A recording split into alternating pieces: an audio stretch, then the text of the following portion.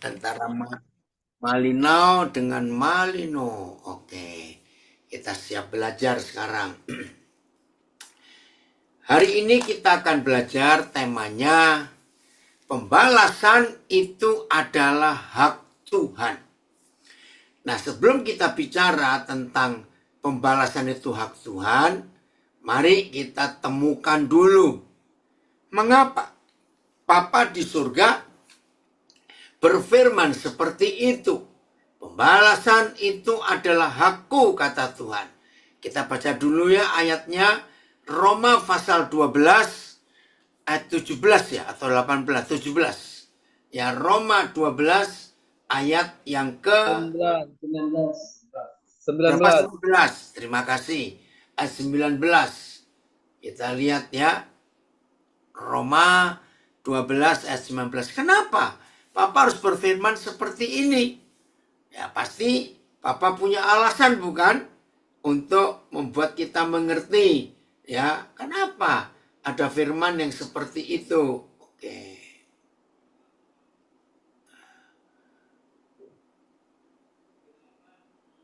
Udah?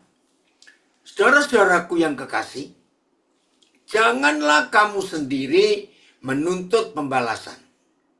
Tetapi berilah tempat kepada murka Tuhan. Woi, murka. Sebab ada tertulis, pembalasan itu adalah hakku. Akulah yang akan menuntut pembalasan. Firman Yahweh. Ayatnya. Saudara-saudara yang kekasih.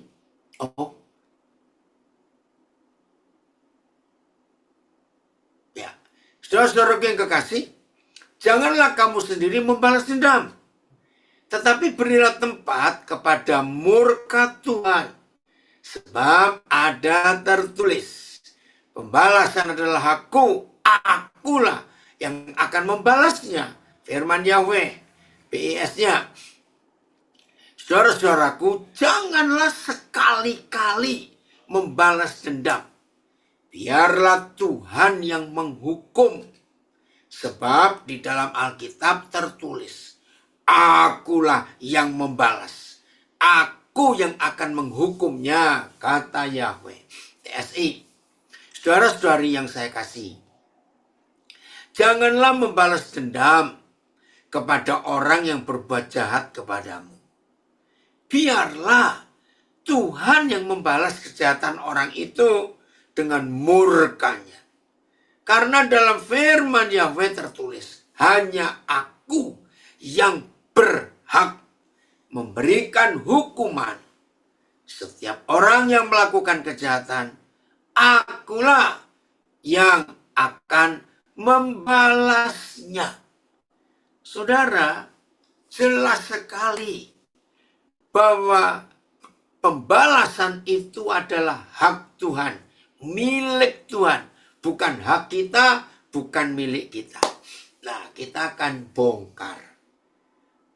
Apa alasan Tuhan berfirman kepada kita seperti itu? Ya, apa alasannya? Kita harus tahu sekarang ini. Ya, supaya kita jangan melanggar, melawan, dan tidak melakukan firman Tuhan ini. Ada dua ayat yang kita akan baca dulu sebelum kita tahu apa motivasi Tuhan. Menyatakan pembalasan itu adalah haknya, bukan hak kita. Nomor 1. 1 Yohanes 3 ayat 15. Ya, 1 Yohanes 3 ayat 15. Ya, kita akan temukan kenapa Tuhan berfirman, jangan membalas dendam. Akulah yang membalas. Bahkan terjemahan baru, luar biasa. Ya, untuk menuliskan murka. Murka. Nah, ini dia alasan pertama dari ayat ini. Setiap orang yang membenci saudaranya, ini baru membenci, belum sampai membalas dendam, adalah seorang pembunuh manusia. Dan kamu tahu bahwa tidak ada seorang pembunuh yang tetap memiliki hidup yang kekal di dalam dirinya. Nah, ini alasan yang pertama, mengapa Papa berkata kepada kita, anak-anaknya ini, manusia ini, jangan menuntut balas dan jangan dendam. Beri tempat, beri kesempatan pada murka Tuhan. Karena Papa sangat sayang kita. Perhatikan, karena Papa di surga itu sangat sayang kita. Begitu sayangnya. Sampai dia tidak ingin ada di antara kita itu jadi pembunuh dan kita nggak memiliki hidup yang kekal. Artinya apa? Masuk neraka. Nah, kan baik bukan? Karena begitu sayangnya Papa kepada kita, sehingga dia tidak ingin ada seorang pun kita jadi pembunuh dan masuk neraka. Maka itu, kalau kita disakiti, ya dirugikan, dan macam-macam lagi yang nggak enak, pokoknya diam. Biar Papa yang menuntut balas. Supaya saudara dan saya tidak jadi pembunuh manusia. Ayat kedua. Ibrani 12 ayat 14. Mengapa pembalasan itu adalah hak Tuhan? Nomor satu, Papa tidak ingin kita jadi pembunuh. Karena pembunuh manusia itu hanya membenci, ya, bukan menghilangkan nyawa orang. Ini loh kerennya hati Papa di surga. Jadi hukum surga tentang pembunuhan tidak harus menghilangkan nyawa orang. Benci saja. Apalagi dendam. Wah, ngeri. Ya. Alasan kedua. Ibrani 12. Terenggalek kenapa sudah keluar? Kan baru mulai ini. Ada masalah apa kalian di Trenggalek? Coba jelaskan supaya tim bisa membantu mencarikan solusinya. Kan ini sudah merupakan perintah, ya, merupakan apa istilahnya, peraturan dari Kementerian Hukum dan HAM bahwa semua warga binaan yang Nasrani, yang Kristen, Senin, Rabu, Jumat itu wajib. Nah, coba tolong ini siapa yang bisa mengecek di mana tadi ya yang keluar izin keluar perusahaan ini? Ya, Pak Daniel, nanti kita cek. Iya, Bekasi ya. Ada ibadah onsite kalau Bekasi. Kalau Trenggalek nggak tahu ini ya. Oke, nanti dicek. Baik, kita lanjutkan.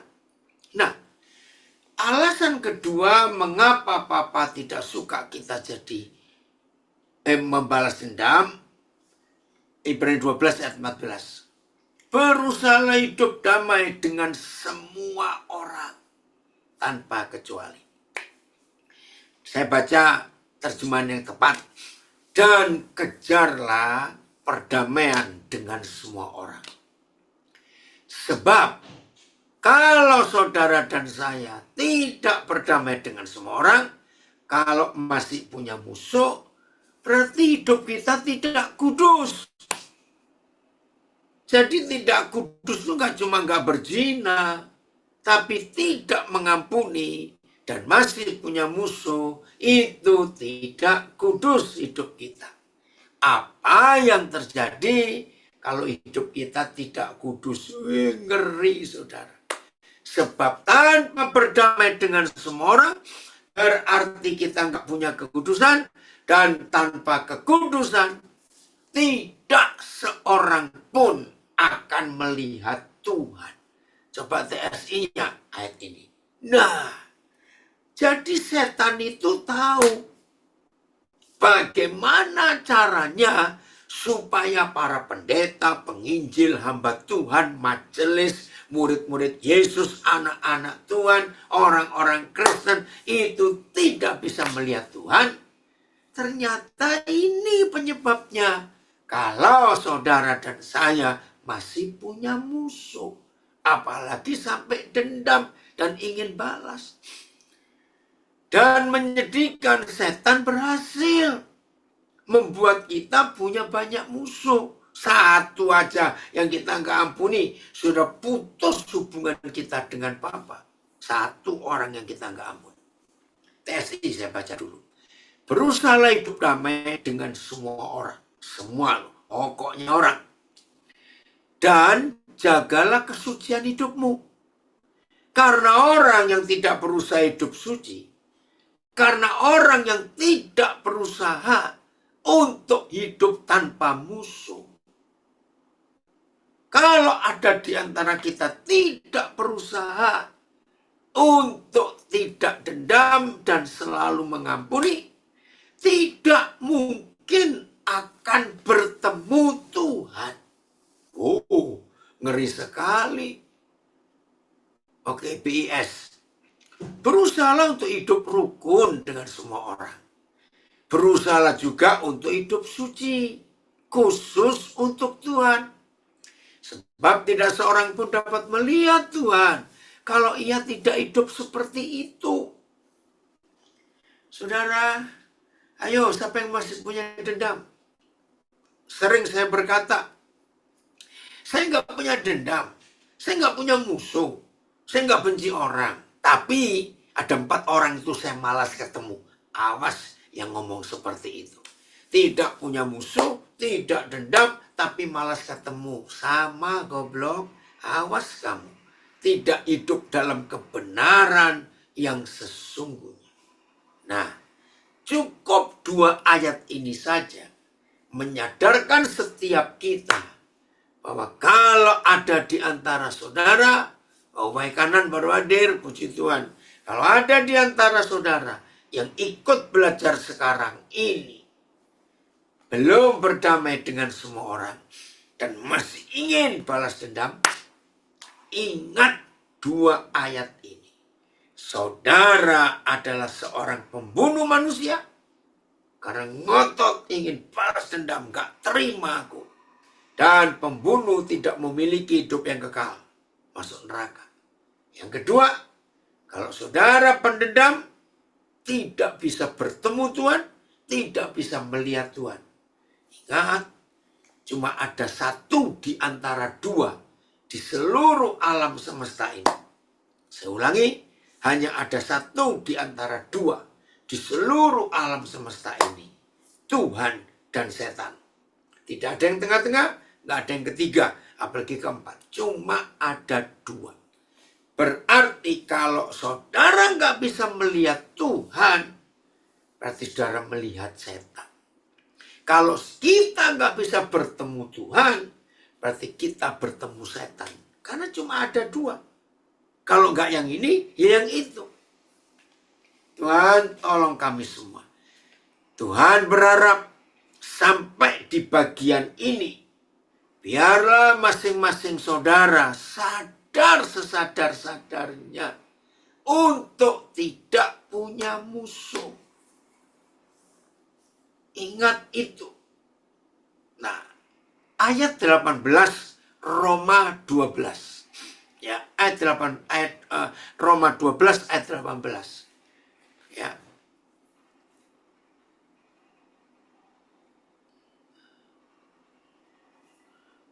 Apa itu?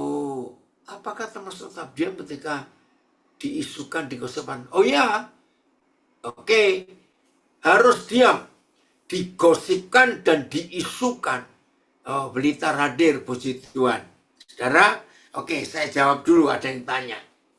Ketika kita diisukan atau digosipkan, jangan bereaksi sama sekali kalau gosip dan isu itu tidak kita lakukan.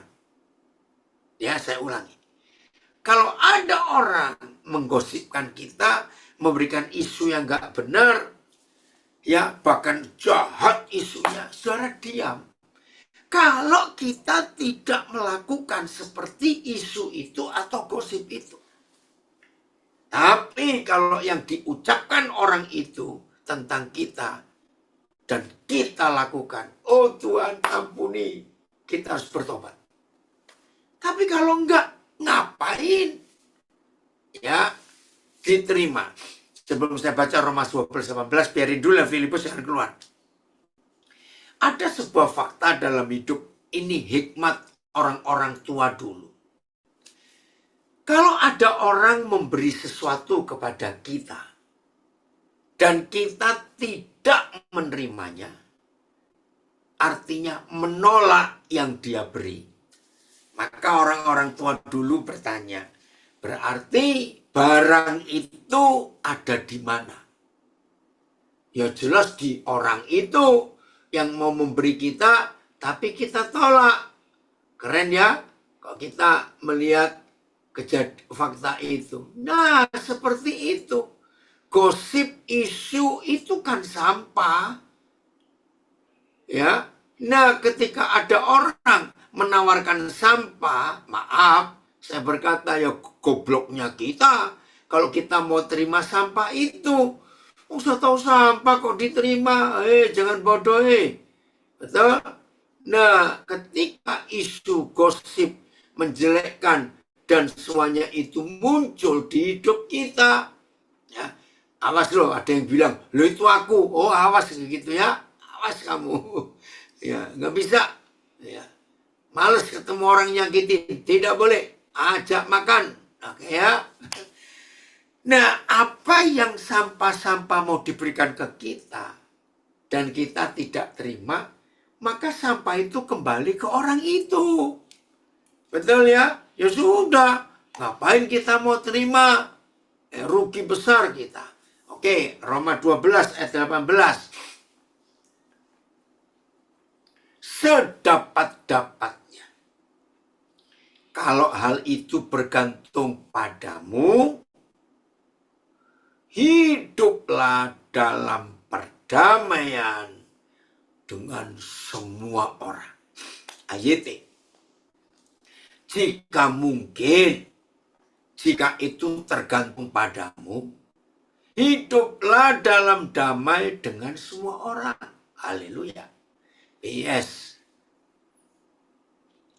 Dari pihakmu, berusahalah sedapat mungkin untuk hidup damai dengan semua orang. TSI-nya. Sedapat mungkin dari pihakmu, berusahalah untuk hidup damai dengan semua orang. Nah, ini kan luar biasa. Saudara, ini kan luar biasa. Ada yang ngomong, terima kasih. Tadinya masih menyimpan sakit hati, tidak mau ketemu orang tersebut. Ternyata akibatnya adalah tidak dapat bertemu dengan Tuhan. Betul. Ingat loh, kalau kita nggak bisa ketemu Tuhan, ya ketemu setan, gitu aja. Ya ruginya kita kalau sampai kita ketemu setan. Ya, rugi sekali. Toras, Pak Sinaga. Oke ya. Jelas ya?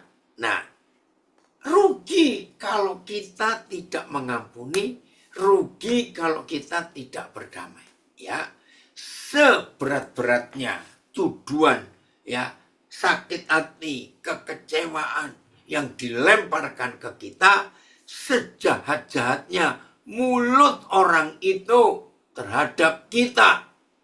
Saudara, ayo hari ini kita belajar. Anak-anak saya, saudara saya, warga binaan, dengar ya. Hukuman yang kalian jalani sudah cukup berat. Jangan ditambahi dengan tidak mengampuni, tidak berdamai, dengan maaf, musuh-musuh saudara. Lebih berat lagi. Saya ulangi ya warga binaan, saudara saya, anak-anak saya, dengarkan ini. Hukuman yang kalian jalani itu sudah berat dan sangat tidak mengenakan. Tapi, jangan jadi bodoh, menambahkan beban berat hidup kalian di tempat yang tidak enak itu dengan tidak mengampuni. Celaka sekali. Ayo lepaskan berkat, lepaskan pengampunan. Ya, milik Tuhan. Itu hak Tuhan untuk membalas dendam itu. Saya masih ingat sekali berapa puluh tahun yang lalu Waktu itu saya masih jadi guru sekolah minggu, melayani anak-anak SD. Saudara, suatu hari ketika bagian saya untuk menyampaikan pengampunan itu hak Tuhan, dan termasuk ayat yang kita baca pertama tadi, Roma 12 ayat 19. Tiba-tiba ada seorang anak, ya selama saya mengajar, saya melihat mimik wajah anak ini serius sekali. Ya, mendengarkan saya mengajar dengan serius. Sampai saya itu bilang, nanti ya kalau selesai ngajar, saya ingin peluk anak itu. Kan begitu seriusnya. Saya nggak tahan menunggu selesai ngajar. Saya beri dia kesempatan. Kamu mau tanya apa? Karena ketika Om tadi bicara, kamu serius. Wih, dia langsung, Om, ternyata tangan Tuhan Om, itu lebih gede dari tangan saya. Ayo jujur, kalau saudara jadi guru sekolah minggunya, mikir, lo ini bicara tentang jangan dendam, jangan membalas dendam. Sebab balasan hukuman itu adalah hak Tuhan. Mana ada hubungannya dengan tangan dia dan tangan Tuhan? Saya nggak nyambung. Tapi saudara, ketika saya beri dia kesempatan untuk menjelaskan, saudara, saya kaget. Dan saya pegang pemikiran anak kecil ini sampai hari ini. Ternyata begini. Om, minggu lalu saya disakiti teman saya, Om. Waktu di sekolah. Tas saya dilempar, Om. Saya nggak tahu sebabnya apa. Memang anak ini bikin kacau di kelas. Pokoknya hal yang jahat lah. Saya pulang itu marah. Ya, saya dendam. Saya itu mikir bagaimana caranya saya bisa balas dendam kepada dia. Sambil dia ngepalkan tangannya. Ya, saya ingin tonjok dia, Om. Saya ingin tempeleng dia, Om. Tapi setelah dengar firman ini, wah, percuma saya nonjok dia. Percuma saya nempeleng dia. Kan tangan saya kecil. Kalau Tuhan yang balas, Om. Tangan Tuhan kan gede. Dan kepala tangannya gede juga. Saudara, saya senyum. Ini anak mikirnya luar biasa. Nah, tolong ya, yang gede-gede, yang tua-tua ini, jangan kalah sama anak kecil itu. Ternyata saya nggak pernah kepikir bahwa pembalasan itu hakku, kata Tuhan. Dan jangan kamu sendiri menuntut balas. Ternyata logika anak kecil ini sangat wajar, realistis, dan betul. Ya sudah. Saudara, sejak hari itu, ya maaf bagi yang belum kenal saya memberi kesaksian. Dan banyak yang sudah kenal saya, tahu juga.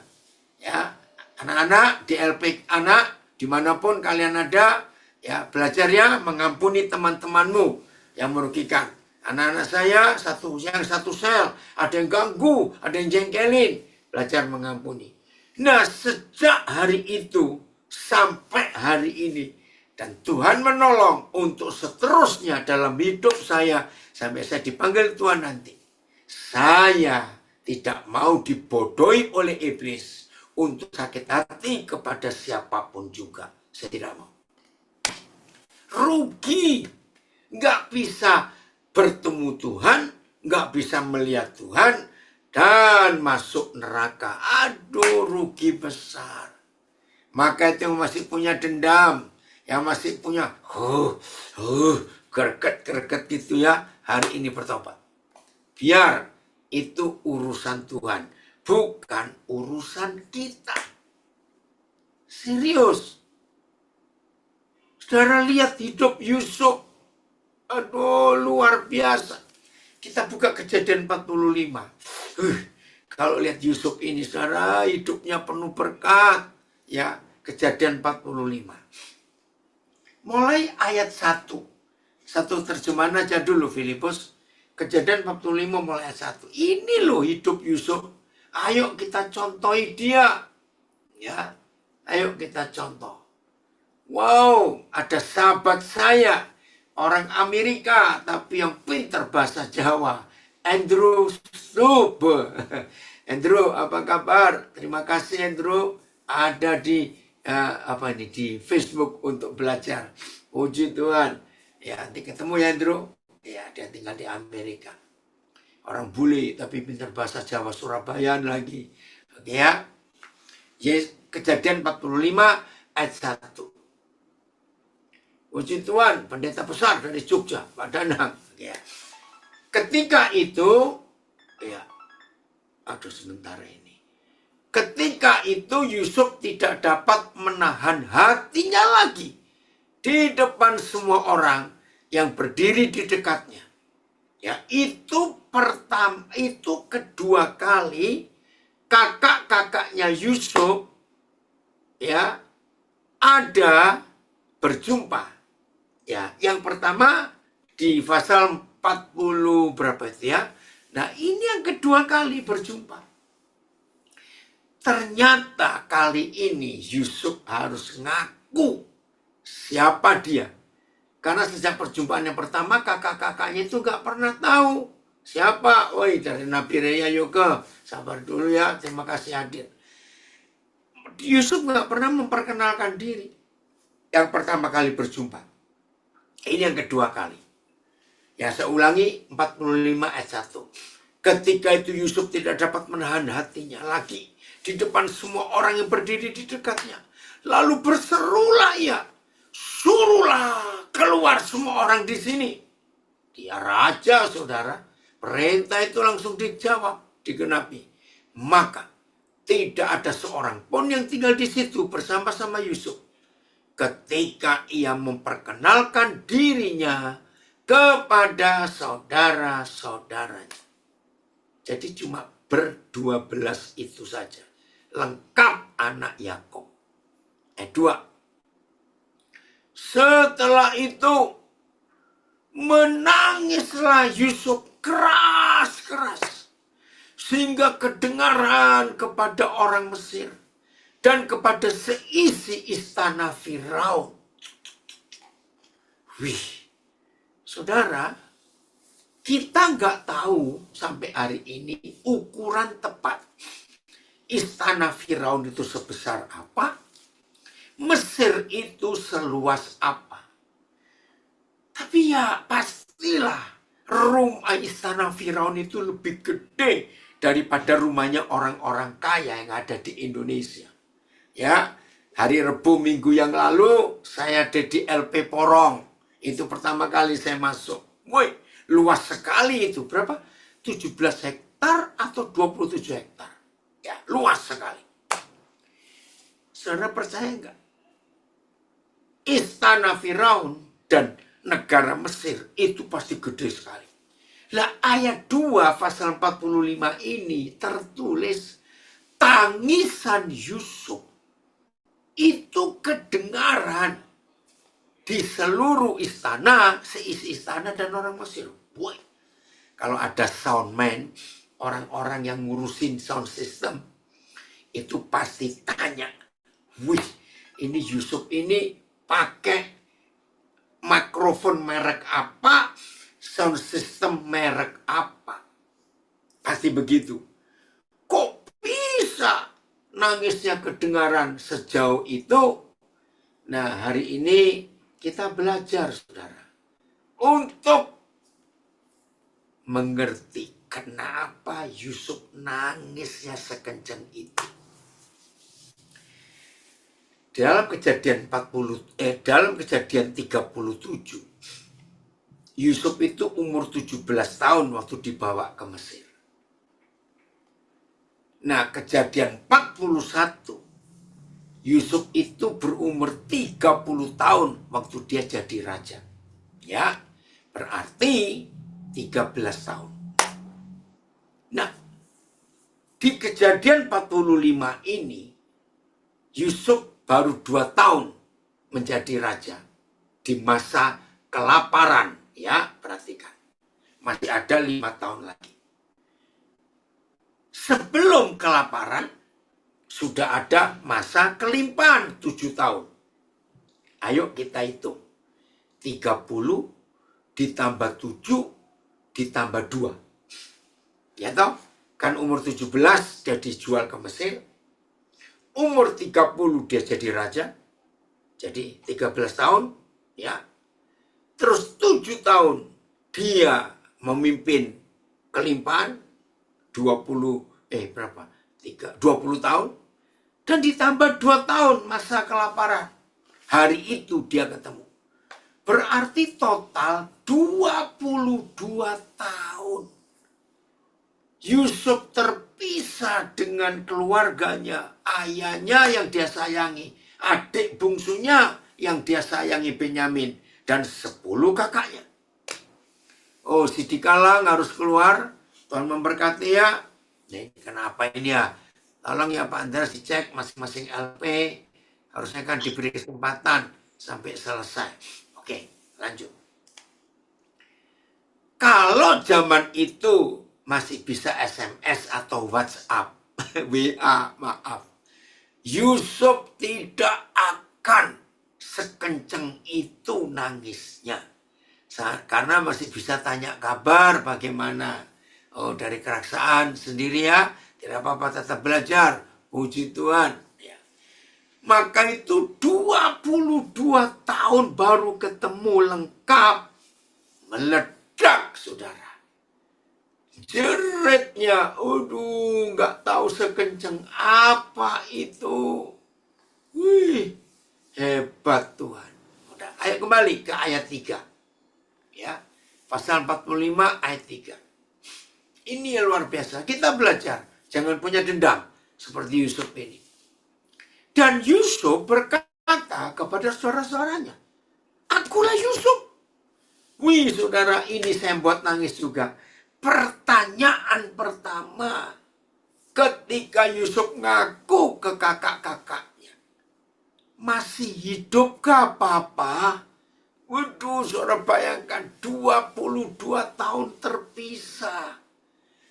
Ternyata selama 22 tahun itu Yusuf menyimpan kerinduan pada papanya, yaitu Yakub. Masih hidup gak Papa? Lihat, drama, bukan drama Korea ini ya, drama beneran. Tetapi saudara-saudaranya tidak dapat menjawabnya. Wajar. Hah? Ini adik kita yang kita bilang sudah dimakan binatang buas. Kita lempar ke sumur. Kita jual jadi budak. Hah? Ternyata dia raja yang berkuasa. Weh, kalau ada di antara kita yang di situ, pasti ada yang ngompol ini, maaf ya, kencing di celana. Hah? Itu Yusuf adik yang kita jual itu. Sebab mereka takut dan gemetar menghadapi Yusuf. Wajar, saudara. Wajar. Oh, Lubuk Pakam juga harus keluar. Kenapa ya?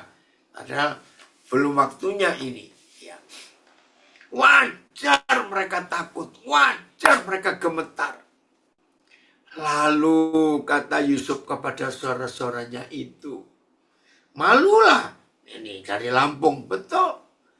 Lalu kata Yusuf kepada saudara-saudaranya, ini luar biasa. Marilah dekat-dekat. Saudara bisa bayangkan. Mari dekat-dekat. Jujur ya, kalau Yusuf tidak mengenal dan mengalami kasih Bapa di surga, pasti akan ngomong begini. Kesempatan aku sekarang. Balas kejahatan mereka.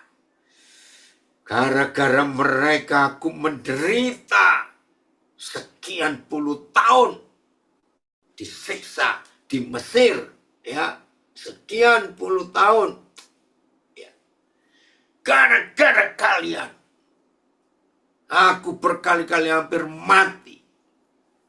Kalau Yusuf tidak memiliki dan mengenal kasih Papa di surga. Ya, seneng tak kamu ada di sini belajar.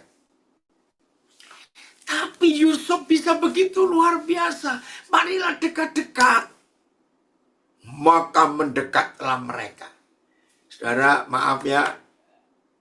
Saya bisa memeragakan perasaan mereka bersepuluh. Kalau Benyamin enggak terlalu ya. Karena waktu itu masih kecil dia enggak ikut-ikut. Tapi 10 kakak ini. Bisa bayangkan. Raja, ini ada rakyat jelata, pasti jongkok atau berlutut. Nah, ketika maka mendekatlah mereka, saya itu bayangkan mereka itu berangkang. Tahu kata berangkang orang Jawa? Merangkak, merayap, pelan-pelan maju. Wih, ngeri. Katanya lagi. Nah, dari kalimat Yusuf ini, saya bisa membayangkan mereka merangkak, merangkang, merayap ketakutan. Karena Yusuf ngomong begini, akulah Yusuf, saudaramu. Saudara lihat, Yusuf ngaku, akulah Yusuf saudaramu yang kamu jual ke Mesir. Nah, loh, berarti Yusuf itu ingat betul apa yang kakak-kakaknya buat. Ingat, akulah Yusuf, adekmu yang kamu jual ke Mesir itu. Wih, saudara, makanya saya bilang tadi, kalau saudara dan kalau mereka bersepuluh itu kita, wih, pasti sudah pada ngompol itu, saudara. Berangkang kita, merayap, ya, ngeri, karena, wih, adik yang kita khianati, yang kita jual itu ternyata raja hebat. Ayat 5. Tuhan tolong kami. Dalam nama Tuhan Yesus, tidak ada lagi pendendam sejak hari ini di antara kita. Dalam nama Yesus. Tidak ada pendendam. Kami mau bertobat, Tuhan. Dalam nama Yesus. Terus Yusuf ngomong gini, saudara. Orang Jakarta bilang, sob gila lu. Kenapa gila? Tetapi sekarang, janganlah bersusah hati. Janganlah menyesali diri. Lagi sekali. Karena kamu menjual aku ke sini. Berarti Yusuf masih ingat loh. Kelakuan kakak-kakaknya. Ya, ada komen dari hamba Tuhan Gembala di Jogja. Kalau bukan Tuhan yang memegang hati Yusuf, 22 tahun menjadi sia-sia untuk Yusuf sekalipun menjadi seorang hebat di Mesir. Betul. Terima kasih Bapak Pendeta Danang. Kalau bukan karena Tuhan dan Yusuf tidak taat, maka kehebatan dia jadi orang nomor 2 di Mesir gak ada gunanya kalau Yusuf balas dendam. Betul. Terima kasih diingatkan itu. Saya ulangi ayat 5 ya, ini menarik. Tetapi sekarang janganlah bersusah hati. Ya gimana gak susah? Sudah ketahuan gara-gara kamu itu aku menderita di Mesir. Dan janganlah menyesali diri. Ya bagaimana gak nyesal? Melihat yang mereka sakiti, mereka khianati, mereka buang, mereka jual. Jadi orang hebat, gimana gak nyesal? Oke? Karena kamu kakak-kakakku menjual aku ke sini. Nah ini loh kalimat pengampunan yang tidak dendam itu begini. Sebab untuk memelihara kehidupanlah Tuhan menyuruh aku mendahului kamu. Nah ini loh gilanya Yusuf. Hah? Tuhan yang menyuruh aku lewat kejahatanmu kakak-kakakku. Saya ulangi, dengar. Ini orang hebat. Oh Tuhan, biarlah mulai hari ini semua kita yang sedang dendam dan tidak mau mengampuni, belajar dari Yusuf. Terima kasih Tuhan. Yusuf ingat 10 kakak itu yang menjual dia ke Mesir. Tapi di dalam hidup yang dikuasai oleh kasih, bukan dendam. Janganlah menyesali diri karena kamu menjual aku ke sini. Jelas. Sebab untuk memelihara kehidupanlah Tuhan menyuruh aku mendahului kamu. Gila ini, saudara. Wah, betul Yong. Ayo belajar banyak dari hidup Yusuf. Ini luar biasa. Saudara, jelas. Ternyata pengampunan Yusuf kepada kakak-kakaknya. Karena Yusuf tahu. Tuhan yang menyuruh Yusuf ke Mesir. Tapi melalui cara yang tidak enak, bahkan sangat menderita. Kamu yang menjual aku ke sini. Tetapi Tuhan yang menyuruh untuk aku mendahului kamu. Begini artinya. Kalau tidak ada Yusuf hari itu, maka Israel punah. Nggak ada Israel di dunia. Habis. Mati semua. Ngeri. Betul. Dari Lampung Tuhan turut bekerja dalam segala perkara. Setialah di dalam proses. Amin. Makasih, Jen. Setialah di dalam proses. Makasih, Ben. Ya, Papa lupa ini peacemaker kamu di mana? Ayat 6. Karena telah 2 tahun ada kelaparan dalam negeri ini. Dan selama 5 tahun lagi orang tidak bisa membajak atau menuai. Karena nggak ada hujan.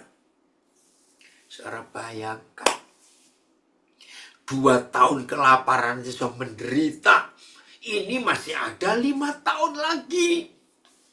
Maka itu kalau tidak ada Yusuf, Israel itu punah.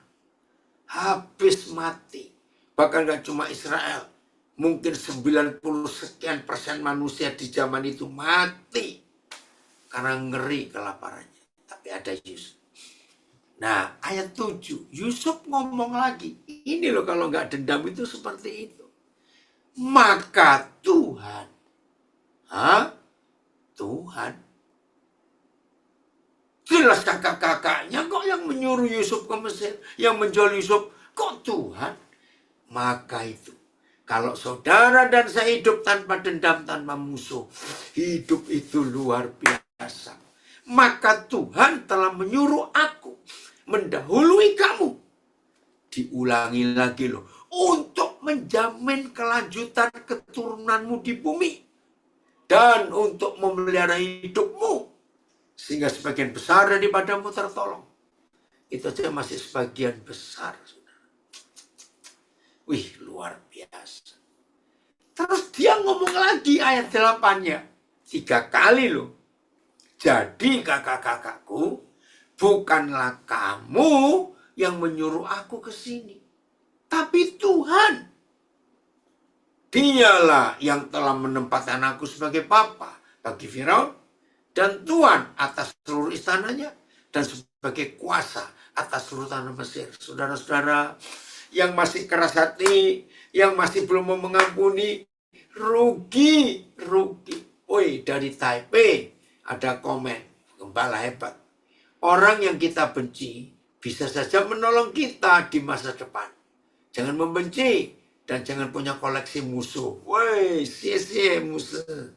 Ya, dari Taipei itu. Betul, Tuhan bisa pakai. Ini yang luar biasa. Pernah terjadi di Tiongkok, saudara. Entah itu kapan, tahun berapa, dan di daerah mana. Ya, di Tiongkok. Satu hari ada keluarga miskin, sederhana lah. Ya, terus hari itu anak satu-satunya ulang tahun. Ya, umur 5 tahun.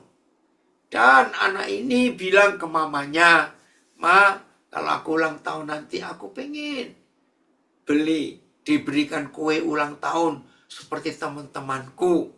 Aduh, sedih juga ini orang tua mendapatkan keinginan anak tapi nggak bisa beli. Pas hari ulang tahun itu seperti janjinya, mamanya ke pasar. Ternyata beberapa toko kue yang dia masuki,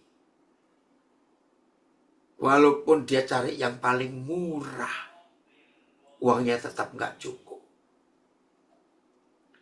Nah, sudah pulang belanja, terus mama itu ngelihat masih ada satu toko yang belum aku masuki. Mungkin aku bisa beli kue ulang tahun untuk anakku. Nah, karena sudah selesai belanja, maka mama ini bilang ke anaknya, kamu tunggu di sini ya. Mama mau nyebrang untuk beli kue. Ya, anaknya nunggu.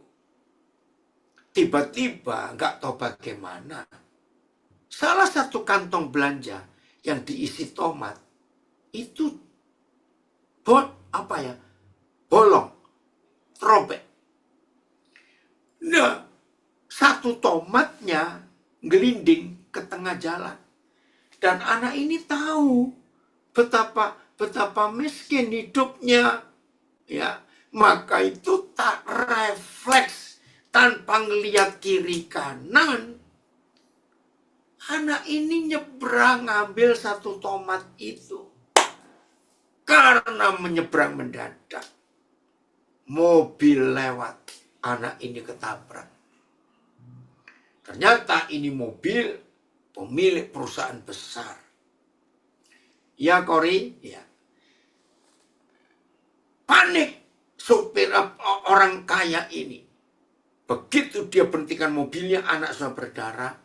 Dan dia teriak ke orang-orang di sekitar, "Hei, siapa yang tahu orang tuanya? Ini anaknya siapa?" Nggak tahu kena apa, apes betul hari itu. Nggak ada orang yang jawab. Nah, orang kaya ini refleks, saudara. Membawa korban ini ke rumah sakit terdekat. Mamanya balik dapat kue tart untuk ulang tahun. Tapi anaknya nggak ada. Dia cuma ngelihat 2 keranjang belanjaan itu ada di tengah jalan. Oh, dia tahu. Oh, ya nanti ya, yang dari nggak mana ada yang tanya. Dia tahu anak ini ketabrak ini. Tapi kok orang nggak tahu orangnya mana anakku. Jadi mamanya juga tanya, siapa yang lihat anakku di mana? Lagi sekali apesnya juga. Kok nggak bisa tahu orang-orang itu nggak ada yang cerita. Ringkas cerita, rumah sakit terdekat berkata, nggak bisa. Alat-alat di rumah sakit tidak cocok. Cepat kamu bawa ke rumah sakit yang lebih besar.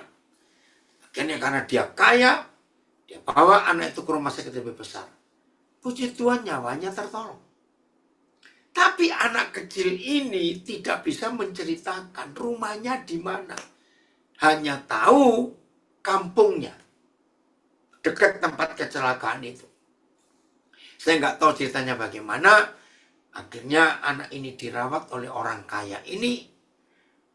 Tapi papa mamanya terus mencari kemana anak ini.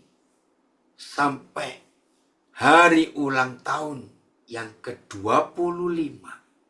Jadi tiap tahun ternyata orang tua ini memberikan kue. Dengan harapan anak ini bisa pulang pas ulang tahunnya. Ternyata enggak.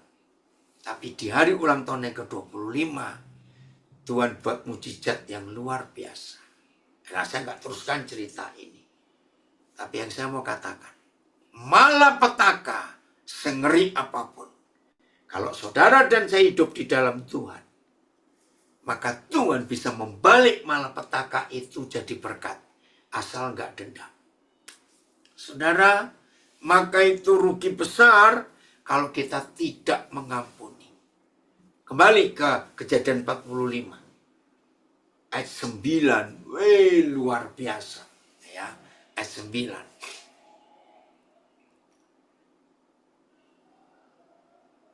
Segeralah kamu kembali kepada Papa. Dan katakanlah kepadanya, beginilah kata Yusuf anakmu. Tuhan telah menempatkan aku sebagai tuan atas seluruh Mesir. Datanglah Pak, mendapatkan aku. Janganlah tunggu-tunggu. Saudara, ini loh hidup yang gak punya musuh tuh enaknya seperti itu. Pembalasan itu hak Tuhan.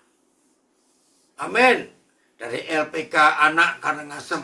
Jawab amin. Oke, saya coba jawab dulu tadi dari LP mana. Ada yang tanya. Ngawi. Kaitan tema firman Tuhan, ucapan Paulus mengenai pembalasan adalah hak Tuhan.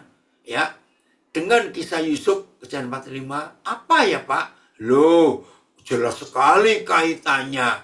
Oh, berarti saudara tadi yang dari Ngawi nggak jelas. Yusuf ini kan dikhianati oleh 10 kakaknya.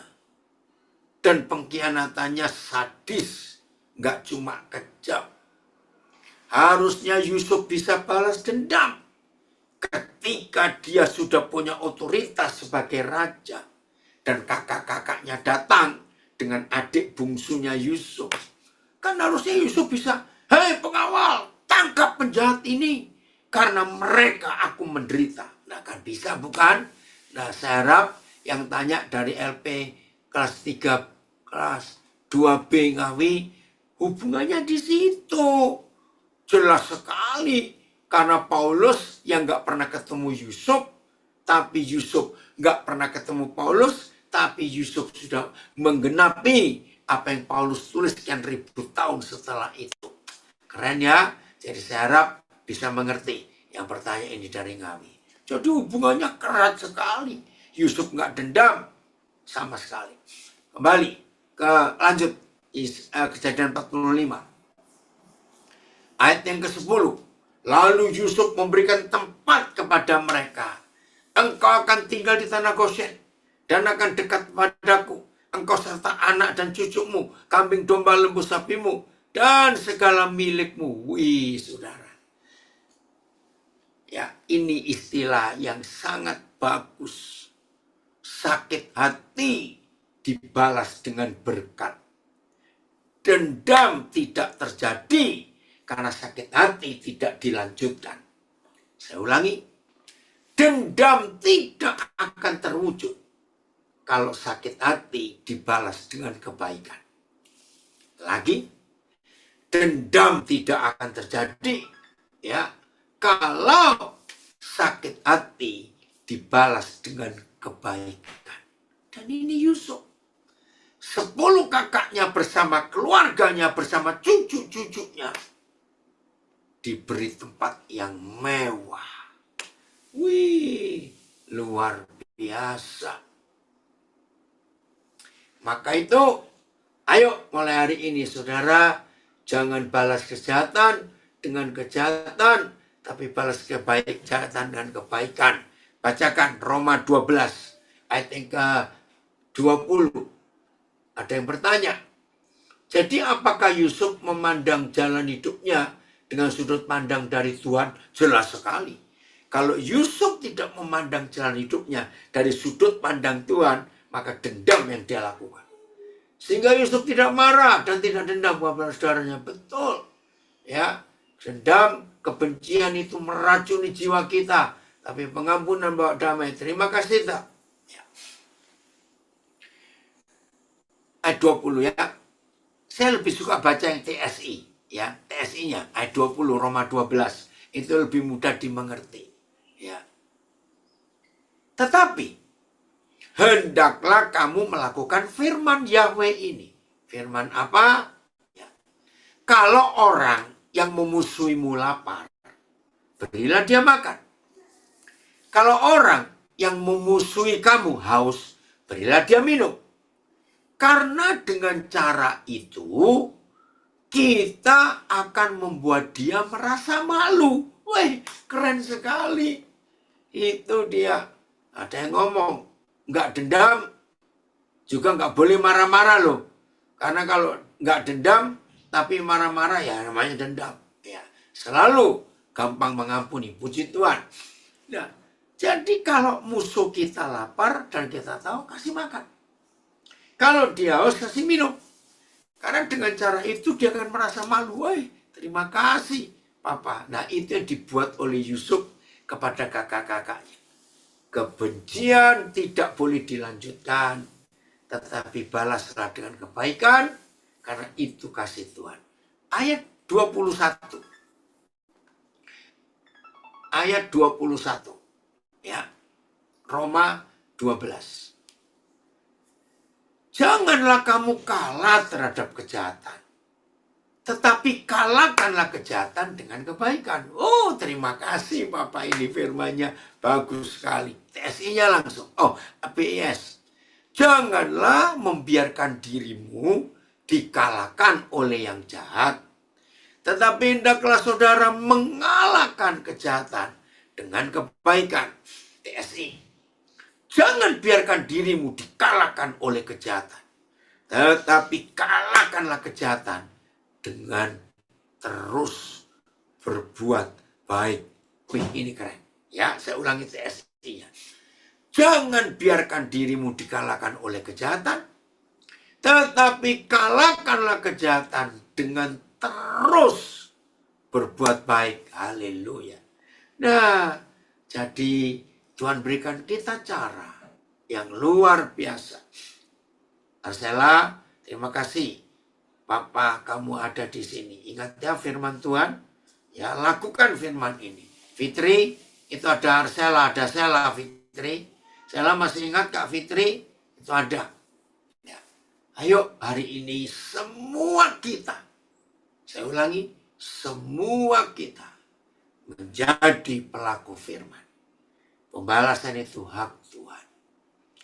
Ada yang komen. Ketika kita fokus dengan melakukan kehendak Tuhan, kita rasanya nggak akan sempat lagi memberikan kritik-kritik negatif. Bentar.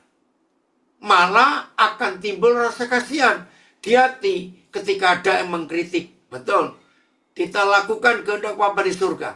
Karena mereka belum mengerti kasih yang sesungguhnya. Itulah kasih Bapa. Betul. Maka itu Tuhan Yesus ketika digantung di kayu salib. Bapa, ampunilah mereka. Karena mereka tidak tahu apa yang mereka lakukan. Woi, dari Manokwari. Hamba Tuhan hebat. Nah, Papa senang sekali. Muncul kamu tos. Pembenci tidak akan bisa menyatakan kerajaan Kristus di atas muka bumi. Wow. Dengar ya, dari Manokwari. Ini hamba Tuhan hebat. Pembenci, ya, pendendam tidak akan bisa menyatakan kerajaan Kristus di atas bumi. Kenapa? Karena kerajaan Kristus itu kerajaan damai. Jadi pembenci, pendendam akan jadi munafik. Kalau ada pembenci, pendendam masih bicara damai. Pret. Nanti malaikat bilang begitu, maaf. Makasih nak untuk komen itu. Jadi jelas ya, lagi sekali semua warga binaan, anak-anak saya, saudara saya, jangan jadi pendendam. Kembalikan hak Tuhan. Untuk Tuhan kerjakan hak kita. Ya, kerjakan hak kita. Maka kita akan melihat hal yang luar biasa terjadi di hidup kita ini.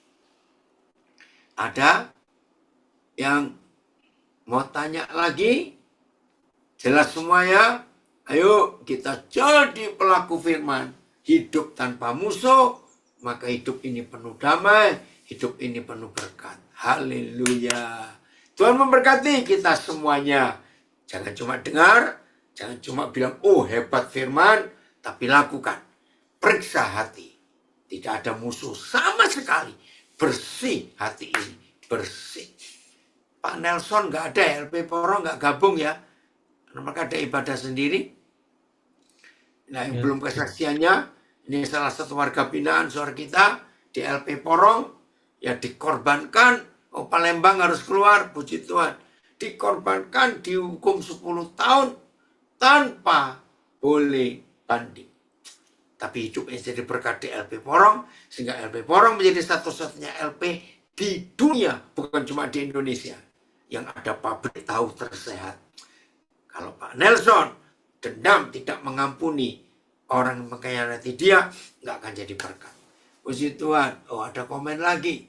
Kalau orang yang menjelek-jelekan kita sudah kita baiki, sementara kita sudah mengampuni, maka biarkan itu menjadi urusan dia dengan Tuhan. Betul.